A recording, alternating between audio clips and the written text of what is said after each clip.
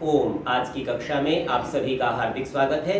मंत्र पाठ। ओम शन्नो मित्रः शं वरुणः शन्नो भवत्वर्यमा शन्ना इन्द्रो बृहस्पतिः शन्नो विष्णुरुक्रमः।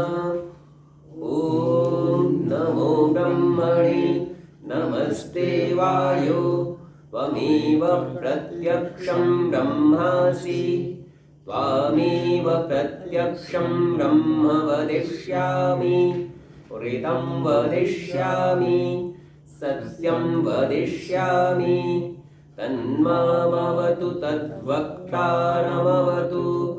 अवतु माम् अवतु वक्तारम्। ओम शांति शांति शांति। जी, पिछले पाठ में आपका कोई प्रश्न या शंका हो तो पहले उसे देख सकते हैं। ठीक है, यदि उपस्थित लोगों का कोई प्रश्न नहीं है तो जो लोग इस कक्षा को ऑनलाइन सुन रहे हैं, यदि आपका कोई प्रश्न हो तो कह सकते हैं।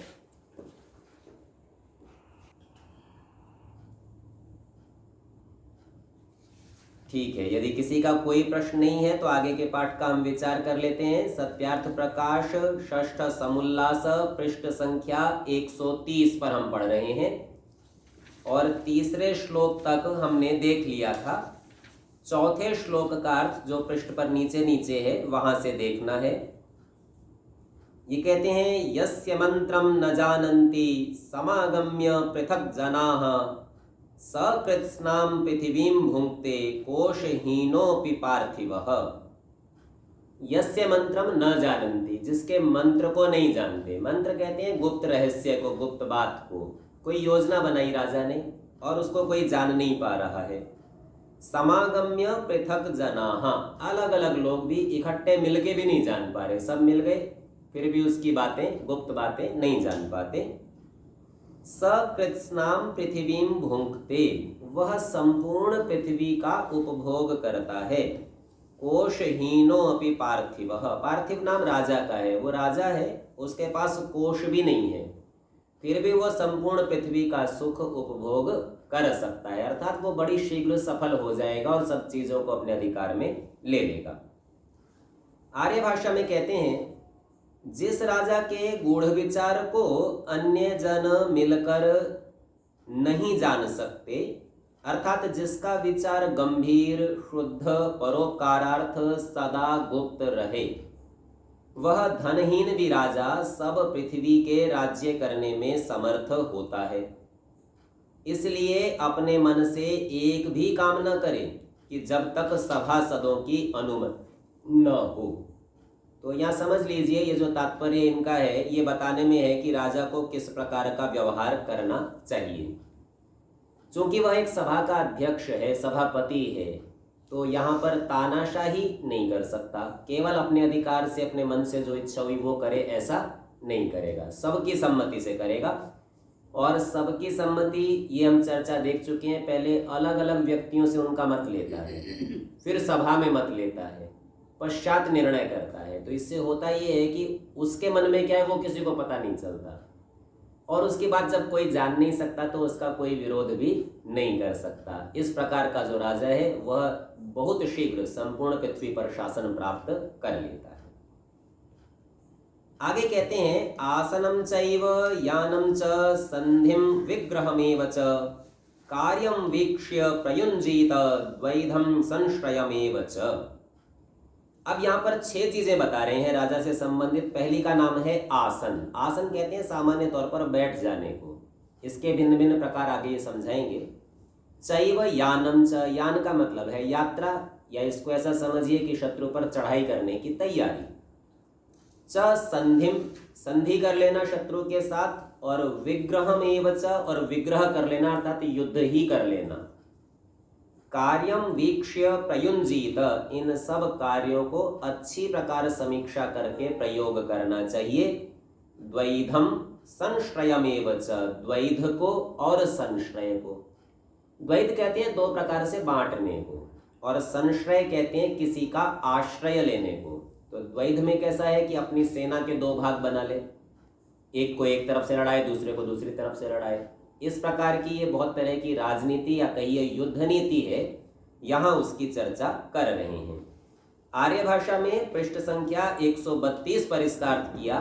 सो कहते हैं, जब राजा आदि राजपुरुषों को यह बात लक्ष्य में रखने योग्य है, यहाँ जब के स्थान पर सब रहे तो अधिक उचित है, वाक्य की संगति बनेगी। सब राजा आदि राजपुरुषों को यह बात लक्ष्य में रखने योग्य है, जो स्थिरता, आसन नाम स्थिरता का है। हमने पिछली कक्षाओं में देखा था, ये दो प्रकार का होता है।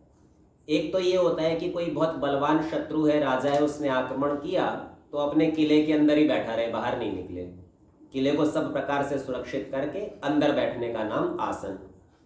और एक ये है कि इसने किसी के ऊपर आक्रमण किया है और वो अब बाहर नहीं निकल रहा, वो भी तो किले में बैठ सकता है, तो उसको घेरा डाल के बैठ जाए कि बाहर निकलेगा तो मार देंगे। तो चाहे दूसरे को घेर कर बैठे, चाहे स्वयं घिर जाने पर भीतर खुद बैठे, दोनों प्रकार का आसन, इसे कहते हैं स्थिरता। यान, शत्रु से लड़ने के लिए जाना, संधि, उनसे मेल कर लेना, विग्रह, दुष्ट शत्रुओं से लड़ाई करना, द्वैध, दो प्रकार की सेना करके स्वविजय कर लेना, संश्रय और निर्बलता में दूसरे प्रबल राजा का आश्रय लेना, ये 6 प्रकार के कर्म यथा योग्य कार्य को विचार कर उसमें युक्त करना चाहिए। तो युद्ध नीति से संबंधित है, कब क्या करना, किस प्रकार करना, वो क्रमशः समझाए जा रहे हैं। पुनः पृष्ठ संख्या 131 पर दूसरे श्लोक में समझाते हैं, संधिम तु द्विविधम विद्यात् राजा विग्रहमेव च उभे यानासने चैव द्विविधः संशयः स्मृतः। तो द्विविधा, दो प्रकार के समझे गए हैं। क्या क्या समझे गए हैं? संधिम तो द्विविधम विद्यात्, संधि दो प्रकार की जाननी चाहिए। किसने जाननी है? तो कहा राजा ने जाननी है। विग्रहमेव च, विग्रह माने युद्ध की प्रणाली भी दो प्रकार की जाननी है। उभे यान आसने चैव, ये दोनों यान और आसन, युद्ध के लिए जाना अथवा बैठे रहना, ये भी इसी प्रकार। द्विविधः संश्रय, और जो संश्रय लेना है, किसी बलवान राजा का आश्रय लेना है, वह भी दो प्रकार का स्मृतः समझा जाता है। अथवा युद्ध नीति के शास्त्रों में दो दो प्रकार के ये सब वर्णन किए गए। आर्य भाषा में इसको समझाते हैं, राजा जो संधि, विग्रह, यान, आसन, द्वैधी भाव और संशय दो दो प्रकार के होते हैं, उनको यथावत जाने, अच्छी प्रकार उसको पता होना चाहिए। प्रयोग का समय, प्रयोग की विधि, सब पर उसका नियंत्रण होना चाहिए और आवश्यकता अनुसार प्रयोग भी करें। तीसरे श्लोक में कहते हैं, समान यान कर्म च विपरीतस्तथैव च तथात्वायति संयुक्तः संधिर्ज्ञेयो द्विलक्षणः। यहाँ जो दूसरी पंक्ति में हमने देखा तथात्व, अब मनुस्मृति की पुस्तकों में भिन्न संस्करणों में यहाँ तथा के स्थान पर तदा मिलता है। संयोग से तदा और त्वा ये अलग अलग लिखे गए हैं, परंतु यदि ये संयुक्त हो तो अधिक उचित है। तदात्व कहते हैं तत्काल को और आयति कहते हैं आने वाला समय यानी भविष्य काल को। तो तदात्व शब्द होता है तदा का तस्य भावस्त्वतलो, ये इसका भाव है तब, अब के समय में, तत्काल में, और आयति भविष्य काल में। तो यहाँ बताते हैं समान यान कर्मच। अब इस श्लोक का अर्थ करने में टीकाकारों में मतभेद है। पहले इस समान यान कर्म को समझते हैं। यान हमने देखा था शत्रु के ऊपर चढ़ाई करने के लिए जाना, तैयारी करना। समान यान कर्म, एक विधि तो ये है कि राजा अपने मित्र राजाओं को बुला ले, सब मिले और समान यान हो गए, समान तैयारी वाले, समान कर्म वाले होके राजा पर चढ़ाई करने के लिए चले। और विपरीतः तथैव च, इसी प्रकार विपरीत कर ले। तो ये तो था कि पहले तो मित्र राजाओं से संधि कर ले कि यदि युद्ध में जीते तो आपको इतना देंगे, हमारे पास इतना रहेगा, यह लक्ष्य हम इससे सिद्ध करेंगे। विपरीत का अर्थ होता है कि ये संधि अपने शत्रु से ही कर ले, मित्र राजाओं से नहीं, शत्रु से ही संधि कर ले कि लड़ाई में क्या रखा है, समझौता कर लेते हैं। इस प्रकार से तदात्व आयति संयुक्त, तदात्व ये तत्काल करने का विषय है या आयति भविष्य में करने का विषय है। इन बातों को संयुक्त समझकर, जोड़कर संधिर ज्ञेयो द्विलक्षण, ये संधि दो प्रकार के लक्षणों वाली जाननी चाहिए। कुछ लोग इसमें क्या करते हैं, बोले समानयान कर्म का अर्थ तो है मित्र राजाओं के साथ मिलकर चढ़ाई करना, और विपरीतः का अर्थ करते हैं कि राजा मिल तो गए पर कहेंगे कि मैं इधर से जाता हूं तो उधर से जा। अब इसमें और पहले अर्थ में कोई भेद ही नहीं है, क्योंकि समान मिल के भी एक ही रथ पे चढ़ के थोड़ी दोनों राजा जाते हैं, जाते तो अलग अलग क्षेत्रों में ही हैं। तो उससे जो प्रचलित अर्थ विपरीत का है वो ठीक नहीं बैठता है। अभी तो यही ठीक है कि भाई वो मित्रों के साथ मिलकर चढ़ाई करे या अपने शत्रु से ही सीधा संधि समझौता कर ले। तीसरे श्लोक का आर्य भाषा में अर्थ करते हैं, संधि यानी शत्रु से मेल अथवा उससे विपरीतता करे, परंतु वर्तमान और भविष्य में करने के काम बराबर करता जाए, यह दो प्रकार का मेल कहाता है। मेल यानी संधि, चाहे शत्रु से करे चाहे अपने मित्रों से करे, किसी भी प्रकार से करे, तो ये दो प्रकार की संधि का लक्षण है। और इसमें तत्काल के और भविष्य के सब कार्यों को करना, अर्थात अपनी सुरक्षा को बढ़ाते जाना, बल को बढ़ाते जाना, ताकि आवश्यकता पड़ने पर युद्ध हो, संधि का भंग भी हो तो भी किसी प्रकार की हानि न हो। चौथे श्लोक में कहते हैं, स्वयं कृतश्च कार्यार्थम अकाले काल एव वा मित्रस्य चैवापकृते द्विविधो विग्रहः स्मृतः। विग्रह दो प्रकार का समझा गया, द्विविधो दो प्रकार का विग्रह, युद्ध करने का प्रक्रिया शैली या दो प्रकार का युद्ध स्मृतः जानना चाहिए। स्वयं कृतश्च, स्वयं कर लिया, मेरी ही आवश्यकता है और मैंने ही युद्ध कर लिया। कार्यार्थम, किसी अपने कार्य की सिद्धि के लिए किया। अकाले, कोई निश्चित समय नहीं था, अभी परिस्थितियां भी नहीं थी पर आवश्यकता थी इसलिए कर लिया। काले एव वा, अथवा समय को देखकर कर लिया कि भाई उचित समय है, करने का समय है इसलिए कर लिया। अब जो पौराणिक टीकाकार है मनुस्मृति के, वो कहते हैं ये मार्गशीर्ष आदि समय बड़े उचित हैं, उपयुक्त मुहूर्त है, उसमें युद्ध करना चाहिए। वो काले का अर्थ ऐसा करते हैं, पर वास्तव में काले यानी ये समय आ गया युद्ध का, अथवा अकाले, अभी युद्ध का समय नहीं था, तैयारी पूरी नहीं थी या कोई और अन्य बात थी। उन सब परिस्थितियों का यह विचार है कि या तो अपने कार्य की सिद्धि के लिए स्वयं कर लिया, अथवा मित्रस्य चैव अपकृते, किसी मित्र के लिए, मित्र के ऊपर किसी ने हमला बोला है तो उसकी सहायता के लिए अपने चल पड़े युद्ध के लिए। तो इस प्रकार द्विविधो, ये दो प्रकार का विग्रह स्मृतः, एक मेरे कारण से युद्ध है और एक मेरे मित्र के कारण से युद्ध है। इस प्रकार दो प्रकार का विग्रह अथवा युद्ध होता है। आर्य भाषा में इसका अर्थ करते हैं, कार्य सिद्धि के लिए उचित व अनुचित समय में स्वयं किया व मित्र के अपराध करने वाले शत्रु के साथ विरोध दो प्रकार से करना चाहिए। तो पांचवें श्लोक में इसमें आगे बढ़ते हैं और ये कहते हैं, एकाकिनश्चात्ययिके कार्ये प्राप्ते यदृच्छया संहतस्य च मित्रेण द्विविधम यानम उच्यते। अभी दो प्रकार की संधि बता दी है, दो प्रकार का युद्ध बता दिया है। अभी युद्ध के लिए जाना, तैयारी, ये भी दो प्रकार की है। तो इसमें कहते हैं एकाकिनः च, अकेला ही चल पड़े, अर्थात अपनी सेना के साथ। अकेले का मतलब केवल राजा नहीं है, राजा और उसकी सेना, टुकड़ी, जितना भी वो ले जाना चाहे। आत्ययिके कार्ये प्राप्ते, आत्ययिक कहते हैं इमरजेंसी को, आपातकाल को। आपातकाल की परिस्थिति थी तो अकेला ही चल पड़ा। कार्य प्राप्ते, ऐसा कार्य प्राप्त होने पर।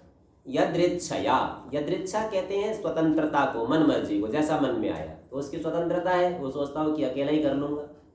हमारे पास इसका एक दृष्टांत मिलता है कि महाभारत में राजसूय यज्ञ सिद्ध करने के लिए कृष्ण जी महाराज भीम को और अर्जुन को साथ लेकर चल पड़े थे जरासंध के पास। तो तीन ही लोग चले गए, ये छोटी सी टुकड़ी बनी, इन्होंने जाके वहां जरासंध को मार डाला। तो ये एकाकिनः च, अकेले ही जाने वाली है आपातकाल में, यदृच्छया स्वतंत्रता से। संघतस्य च मित्रेण, दूसरी विधि ये है कि अपने मित्रों के साथ संगत हो जाए, जुड़ जाए उनके साथ, और उनके साथ मिला के 2, 3, 4 राजा मिलके उतनी सेना बनाए और उस प्रकार चले। तो द्विविधम यानम उच्यते, इस प्रकार दो प्रकार का ये यान, युद्ध के लिए चलना, युद्ध की यात्रा, ये भी दो प्रकार की है, चाहे अकेला जाए और चाहे अनेकों के साथ मिलकर जाए। आर्य भाषा में श्लोक का अर्थ करते हैं, अकस्मात कोई कार्य प्राप्त होने में एकाकी व मित्र के साथ मिलके शत्रु की ओर जाना यह दो प्रकार का गमन कहाता है। वहां ऊपर कोष्ठक में यान शब्द लिखा है, तो यान कहते ही गमन को है, यात्रा करने को, लड़ने के लिए जाना है, दो प्रकार से जाना है। छठे श्लोक में कहते हैं क्षीणस्य चैव क्रमशो दैवात् पूर्व कृतेन वा मित्रस्य चानुरोधेन द्विविधं स्मृतम आसनम। क्षीणस्य चैव, कमजोर हो गया राजा, युद्ध में दुर्बल हो गया, निर्बल हो गया, सेना का कुछ नाश हो गया, क्रमशो क्रम पूर्वक, धीरे धीरे लड़ता लड़ता कमजोर हो गया। किन साधनों से कमजोर हुआ? दैवात, भाग्य से कमजोर हो गया, संयोग से। वैसे तो बहुत बलवान था पर लड़ते लड़ते संयोग से कमजोर हो गया। पूर्व कृतेन वा, अथवा पूर्वकृत कर्मों के द्वारा। अब देखिए दोनों ही बातें तो भाग्य को कहने वाली लग रही हैं, पर दैवात का तात्पर्य संयोग, और पूर्व कृतेन अर्थात जो उसने पहले से तैयारी ढंग से नहीं की थी उसके कारण से हो गया। तो अपनी दुर्बलता या पूर्व जन्म के कर्मों की दुर्बलता, इन दोनों से किसी भी प्रकार ये क्षीण हो गया। तो मित्रस्य च अनुरोधेन, अथवा एक बात तो थी कमजोर होना, दूसरी बात है मित्रस्य च अनुरोधेन, किसी मित्र ने अनुरोध किया, उसने उसको निवेदन किया, भाई बहुत हो गया ये लड़ाई वड़ाई, अब मत कर। तो द्विविधम, दो प्रकार का, स्मृतम आसनम, आसन अर्थात युद्ध करने के स्थान, ठहर जाना, यह भी दो प्रकार का समझा जाता है। हमने देखा ही था, स्वयं अंदर छिप के बैठ जाना, दुर्बल हो गए इसलिए बैठे रहे किले में, बाहर नहीं निकलेंगे, या दूसरे शत्रु को घेर के बैठ जाना, उसका किला फोड़ के अंदर नहीं जाना। अब ये दो कारणों से है, या तो स्वयं दुर्बल है या मित्र ने कहा अंदर मत जाना, बाहर से ही देखो, बाहर आएगा तब की तब देखना। तो दो प्रकार स्थिरता। आर्य भाषा में इसका अर्थ करते हैं स्वयं किसी प्रकार क्रम से क्षीण हो जाए, अथवा निर्बल हो जाए, अथवा मित्र के रोकने से अपने स्थान में बैठ रहना, यह दो प्रकार का आसन कहाता है। तो दो प्रकार से युद्ध के स्थान पर बीच में रुके रहते हैं। सातवें श्लोक में कहते हैं बलस्य स्वामिनश्चैव स्थितिः कार्यार्थ सिद्धये द्विविधम कीर्त्यते द्वैधम षाड्गुण्य गुणवेदिभिः। ये जो ऊपर की 6 चीजें गिनाई थी ना, आसन, यान, संधि, विग्रह, द्वैध और संश्रय, ये 6 गुण हैं। इनके संबंध में कह रहे हैं बलस्य स्वामिनश्चैव स्थितिः। बल नाम सीधे तौर पर सेना का है और स्वामी राजा का नाम है। तो इन दोनों की स्थिति ही, इन दोनों के साथ जुड़ना, कार्यार्थ सिद्धि, कार्यों की सिद्धि के प्रयोजन से। द्विविधम कीर्त्यते द्वैधम, ये दो प्रकार का द्वैध है। द्वैध का मतलब होता है दो भागों में बांट लेना। षाड्गुण्य गुण वेदी भी, जो इन 6 गुणों को जानने वाले जो हैं उन विशेषज्ञों के द्वारा ये द्वैध दो प्रकार का बनाया। दो प्रकार का कैसा है कि कुछ सेना सेनापति के साथ लगा दी और कुछ सेना राजा के साथ रह दी। तो आवश्यकता पड़ेगी, युद्ध की नीति है, कहीं पर दो टुकड़े करके और भिन्न भिन्न स्थितियों से आक्रमण करते हैं, इसे द्वैध कहते हैं। आर्य भाषा में इसका अर्थ करते हैं कार्य सिद्धि के लिए सेनापति और सेना के 2 विभाग करके विजय करना, दो प्रकार का द्वैध कहाता है। 8वें श्लोक में कहते हैं अर्थ संपादनार्थं च पीड्यमानः सशत्रुभिः साधुषु व्यपदेशार्थं द्विविधः संश्रयः स्मृतः। अर्थ संपादनार्थम, अपने प्रयोजन की सिद्धि के लिए, संपादन करना, सिद्ध कर लेना, उसके लिए। पीड्यमानः सशत्रुभिः, वो राजा जो शत्रुओं के द्वारा पीड़ित हुआ है, प्रताड़ित हुआ है, अर्थात शत्रु बलवान था, इसका नुकसान बहुत हुआ है। साधुषु व्यपदेशार्थम, सज्जन लोगों में अपनी सुरक्षा के भाव के लिए, उनके आदेश, उनके कथन, उनके निर्देश के लिए द्विविधः संश्रयः स्मृतः, दो प्रकार का संश्रय है। तो ये जो साधुषु व्यपदेशार्थम है, इसका तात्पर्य है कि कोई बलवान राजा है, उसके यहाँ जाके उसने शरण ले ली, भाई मेरी रक्षा करिए, मेरी सहायता कीजिए, ये तो है साधुषु व्यपदेशार्थम। जो साधु है, सिद्ध है, ऐसा राजा, उसके पास जाना। और अर्थ संपादनार्थम दूसरा विषय है अपने प्रयोजन की सिद्धि, हार तो नहीं रहा पर जीतने के लिए भी इसको सहायता की आवश्यकता है, ऐसे में प्रयोजन की सिद्धि के लिए उनके पास जाता है।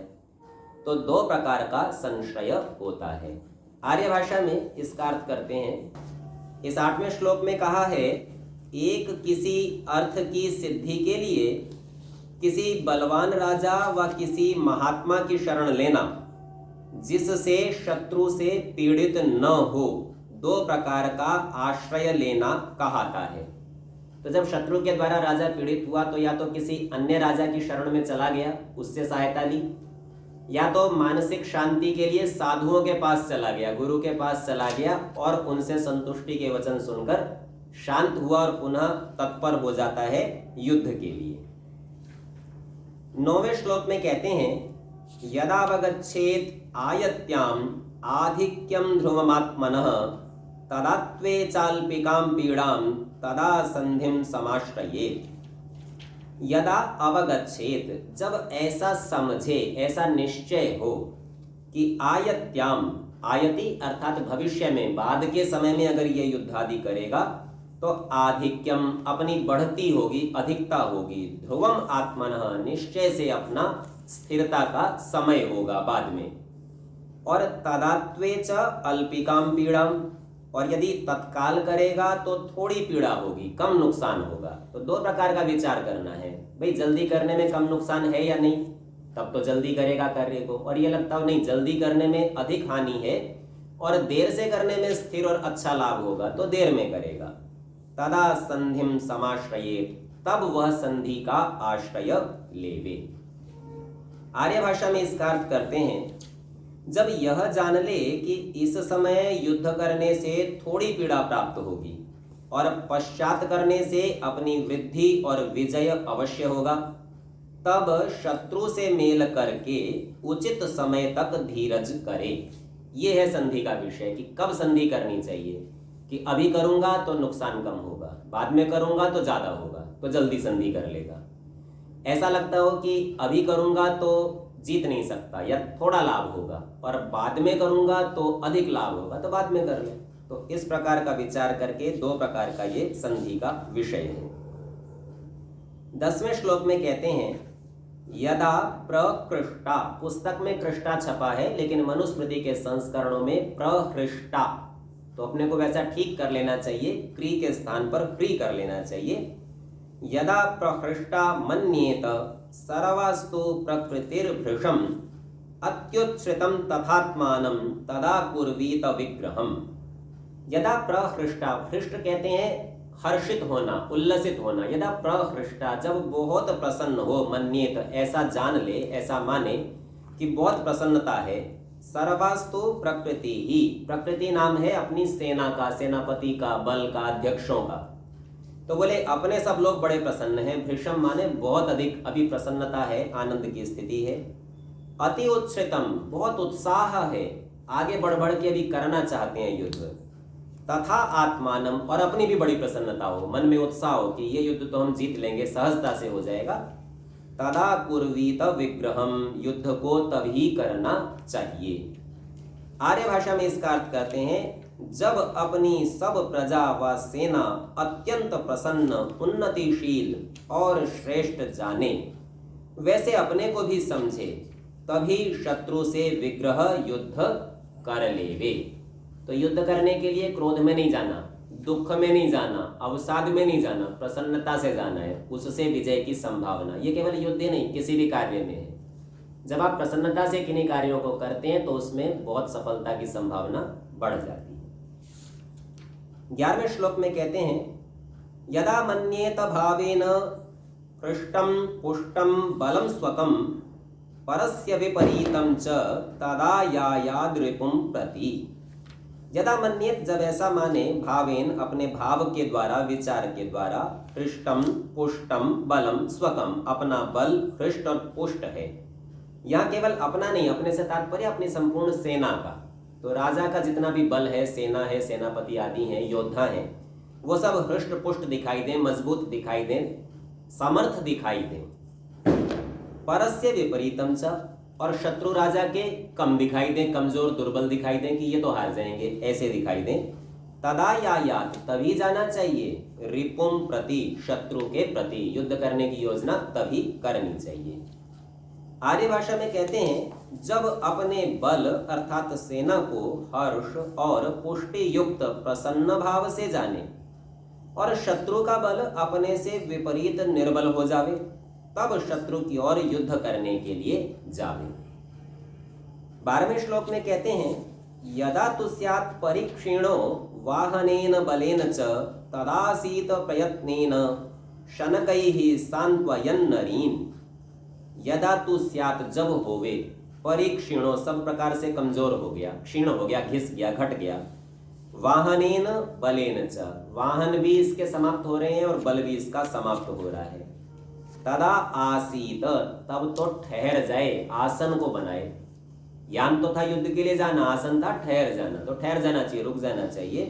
प्रयत्नेन शनकै, खूब विचार पूर्वक धैर्य से धीरे धीरे प्रयत्नों के द्वारा, सांत्वयन, सांत्वयन सांत्वना देता हुआ, सांत्वना देने का तात्पर्य शांत करता हुआ, अरीन शत्रुओं को, तो अपने शत्रुओं को धीरे धीरे शांत करे, एक साथ लड़के एक साथ दमन नहीं करे, अभी तो शनै शनै उनको शांत करता रहे जब अपना बल क्षीण हो गया हो। आर्य भाषा में कहते हैं, जब सेना बल वाहन से क्षीण हो जाए तब शत्रुओं को धीरे धीरे प्रयत्न से शांत करता हुआ अपने स्थान में बैठा रहे। तो ये आसन की स्थिति उस समय बना ले। 13वें श्लोक में कहते हैं, मन्येतारिं यदा राजा सर्वथा बलवत्तरम तदा द्विधा बलम कृत्वा साधयेत कार्यम आत्मनः। मन्येत, जब ऐसा मान ले कि अरिम शत्रु को, यदा राजा, जब राजा मान ले वे, सर्वथा बलवत्तरम, कि भाई शत्रु तो बहुत बलवान है, उसके पास हमसे अधिक बल है, परंतु परिस्थितियों की युद्ध तो करना ही है। तदा द्विधा बलम कृत्वा, तो अपने बल को 2 भागों में बांट दे, द्विधा विभाजन कर दे उसका, और साधयेत कार्यमात्मना, तब अपने कार्यों को सिद्ध करे। आर्य भाषा में इसका अर्थ करते हैं, जब राजा शत्रु को अत्यंत बलवान जाने तब द्विगुणा, 2 गुना कर ले, वह 2 प्रकार की सेना करके, अर्थात 2 विभागों में बांट करके अपना कार्य सिद्ध करे। 14वें श्लोक में कहते हैं, यदा परबलानां तु गमनीय तमो भवेत् तदा तु संश्रयेत क्षिप्रम धार्मिकम बलिनम नृपम। ये जी हाँ जी, ये 2 भागों में करके क्या ये युद्ध नीति रहेगी, क्या चीज युद्ध नीति है?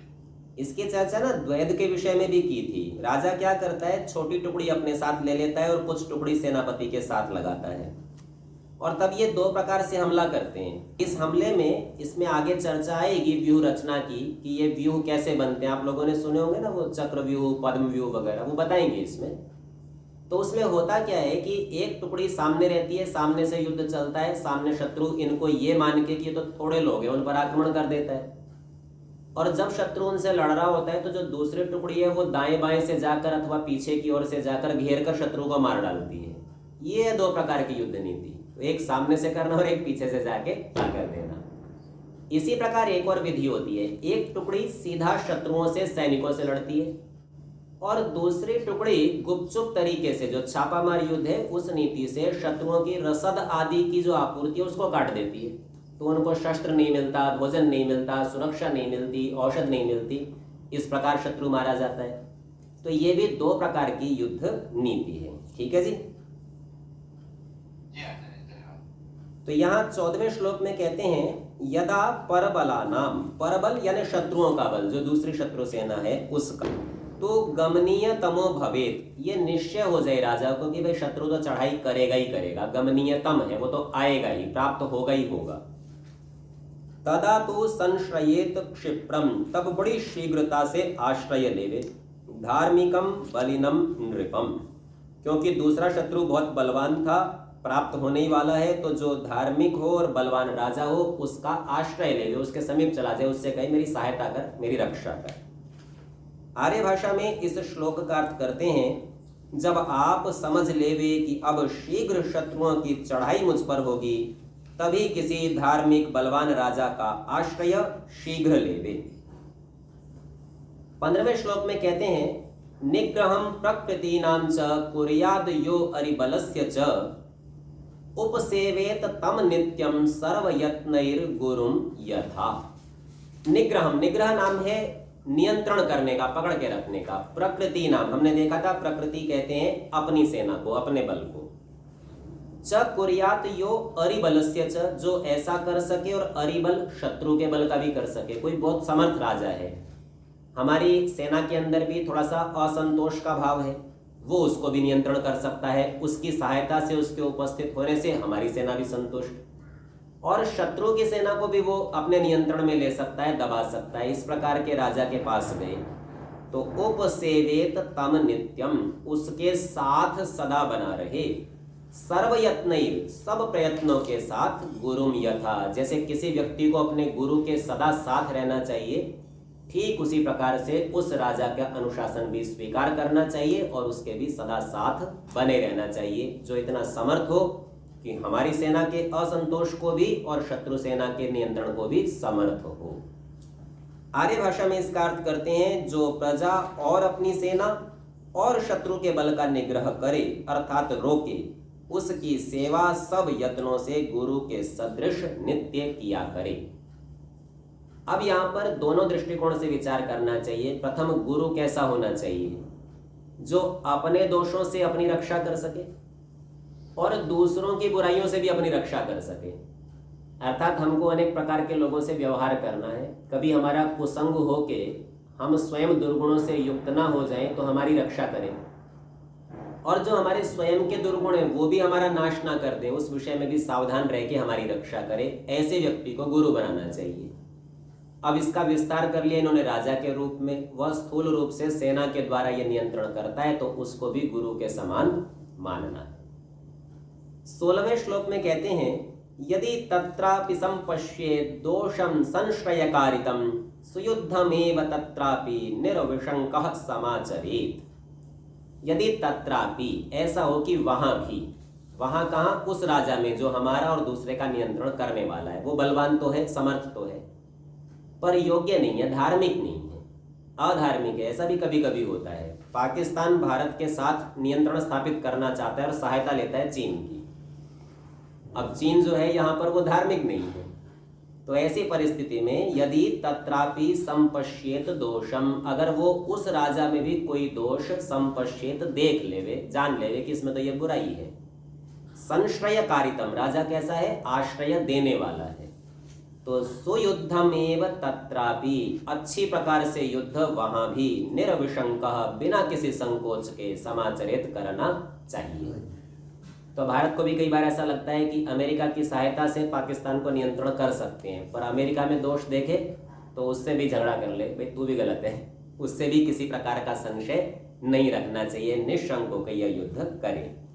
आर्य भाषा में कहते हैं, जिसका आश्रय लेवे उस पुरुष के कर्मों में दोष देखे तो वहां भी अच्छे प्रकार युद्ध ही को निशंक होकर करे। अब यहाँ श्लोकों के अर्थ तो समाप्त हो गए, लेकिन उसके आगे भी आगे विषय की भूमिका के रूप में और पिछले के स्पष्टीकरण के रूप में कुछ चर्चा करते हैं। जो धार्मिक राजा हो उससे विरोध कभी न करे, क्योंकि उसका आश्रय भी लिया हुआ है। आश्रय नहीं भी लिया हो तो भी धार्मिक का विरोध न करे, किंतु उससे सदा मेल रखे। यदि कोई संधि करने का अवसर नहीं भी है तो भी ऐसा तटस्थ भाव रखे जिसमें मित्रता का भाव ही उपस्थित रहे, और जो दुष्ट प्रबल हो उसी के जीतने के लिए ये पूर्वोक्त प्रयोग करना उचित है। पुस्तक में पूर्वेक्त छप गया है, सो ठीक कर लेंगे, पूर्वोक्त इसको बना लेंगे। तो ये जितनी भी ऊपर की विधियां बताई 6 प्रकार की, चाहे वो संधि हो, विग्रह हो, यान हो, आसन हो, द्वैध हो, संश्रय हो, ये सब की सब केवल और केवल दुष्ट प्रबल शत्रु है, उसको जीतने के लिए प्रयोग करना। चलिए, तो आज के पाठ का समय हमारा समाप्त हो गया है। शेष चर्चा अगली कक्षाओं में करेंगे और बहुत शीघ्र आप तक प्रश्न पत्र भी उपस्थित करा देंगे। ओम